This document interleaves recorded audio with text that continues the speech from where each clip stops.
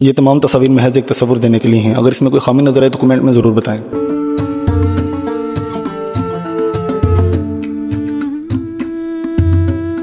اللهم صل على سيدنا محمد النبي الأمي وعلى آله وصحبه وسلم۔ اعوذ باللہ من الشیطان الرجیم، بسم اللہ الرحمن الرحیم۔ باب نمبر 1، حضرت ابو محمد امام جعفر صادق کے حالات و مناقب۔ تعارف: آپ کا نام نامی جعفر صادق اور کنیت ابو محمد ہے۔ آپ کے مناقب اور کرامتوں کے متعلق جو کچھ بھی تحریر کیا جائے بہت کم ہے۔ آپ امت محمدی کے لیے صرف بادشاہ اور حجت نبوی کے لیے روشن دلیل ہی نہیں بلکہ صدق و تحقیق پر عمل پیرا اولیاء کرام کے باغ کا پھل، آل علی نبیوں کے سردار کے جگر گوشہ اور صحیح معنوں میں وارث نبی بھی ہیں، اور آپ کی عظمت و شان کے اعتبار سے ان خطابات کو کسی طرح بھی نامناسب نہیں کیا جا سکتا۔ اور یہ بات ہم پہلے ہی عرض کر چکے ہیں کہ انبیاء و صحابہ اور اہل بیت کے حالات اگر تفصیل کے ساتھ لکھے جائیں تو اس کے لیے الگ ایک ضخیم کتاب کی ضرورت ہے۔ اسی لیے ہم اپنی تصنیف میں حصول برکت کے لیے صرف ان اولیاء کرام کے حالات و مناقب بیان کر رہے ہیں جو اہل بیت کے بعد ہوئے، اور ان میں سب سے پہلے حضرت امام جعفر صادق کے حالات سے شروع کر رہے ہیں۔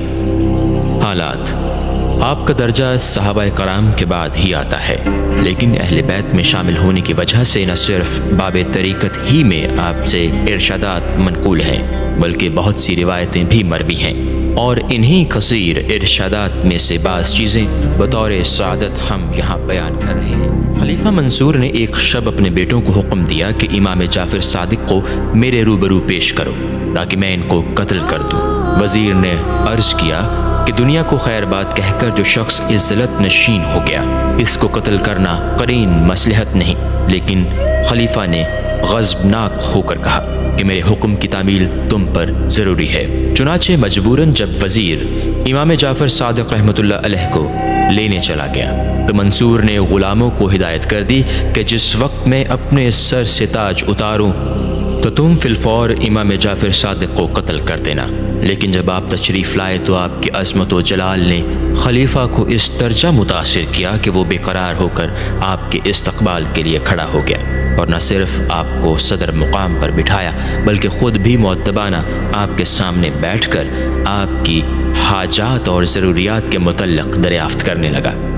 آپ نے فرمایا کہ میری سب سے اہم حاجت و ضرورت یہ ہے کہ آئندہ پھر کبھی مجھے دربار میں طلب نہ کیا جائے تاکہ میری عبادت و ریاضت میں خلل واقع نہ ہو۔ چنانچہ منصور نے وعدہ کر کے عزت اور احترام کے ساتھ آپ کو رخصت کیا، لیکن آپ کے دبدبے کا اس پر ایسا اثر ہوا کہ لرزہ برندام ہو کر مکمل 3 شب و روز بے ہوش رہا۔ لیکن بعض روایات میں ہے کہ 3 نمازوں کے قضا ہونے کی حد تک غشی طاری رہی۔ بہرحال خلیفہ کی یہ حالت دیکھ کر وزیر اور غلام حیران ہو گئے، اور جب خلیفہ سے اس کا حال دریافت کیا تو اس نے بتایا کہ جس وقت امام جعفر صادق میرے پاس تشریف لائے تو ان کے ساتھ اتنا بڑا اژدہا تھا جو اپنے جبڑوں کے درمیان پورے چبوترے کو گھیرے میں لے سکتا تھا، اور وہ اپنی زبان سے مجھ سے کہہ رہا تھا اگر تو نے ذرا سی گستاخی بھی کی تو تجھ کو چبوترے سمیت نکل جاؤں گا۔ چنانچہ اس کی دہشت مجھ پر طاری ہو گئی اور میں نے آپ سے معافی طلب کر لی۔ کسی شخص کی دینار کی تھیلی گم ہو گئی تو اس نے آپ پر الزام لگاتے ہوئے کہا کہ میری تھیلی آپ ہی نے چرائی ہے۔ حضرت جعفر رحمۃ اللہ علیہ نے اس سے سوال کیا کہ اس میں کتنی رقم تھی؟ اس نے کہا 2000 دینار۔ چنانچہ گھر لے جا کر آپ نے اس کو 2000 دینار دے دیے، اور بعد میں جب اس کی کھوئی ہوئی تھیلی کسی دوسری جگہ سے مل گئی تو اس نے پورا واقعہ بیان کر کے معافی چاہتے ہوئے آپ سے رقم واپس لینے کی درخواست کی، لیکن آپ نے فرمایا ہم کسی کو دے کر واپس نہیں لیتے۔ پھر جب لوگوں سے اس کو آپ کا اس میں گرامی معلوم ہوا تو اس نے بے حد ندامت کا اظہار کیا۔